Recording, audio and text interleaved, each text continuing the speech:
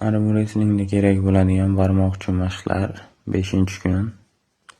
Birinchi mashqimiz koptok yordamida 4 ta barmoqda koptokni siqamiz. 10 martadan 15 martagacha takrorlasa bo'ladi. Ikkinchi mashqimiz bosh barmoq uchun.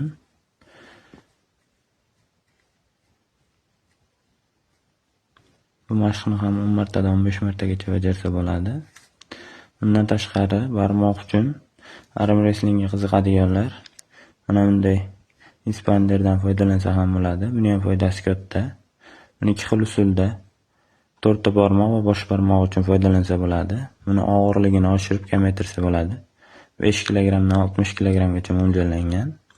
Biz boshida birinchi kundan yengilroq qilamiz.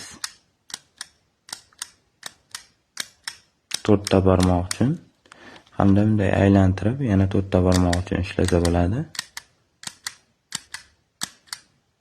Hamda asosiysi va bosh barmoq uchun ishlasa bo'ladi.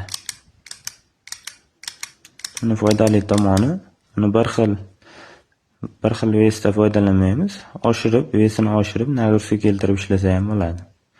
Har kun shu koptok bilan shu expanderdan foydalansa, arm wrestlingga juda katta foydasi bo'ladi.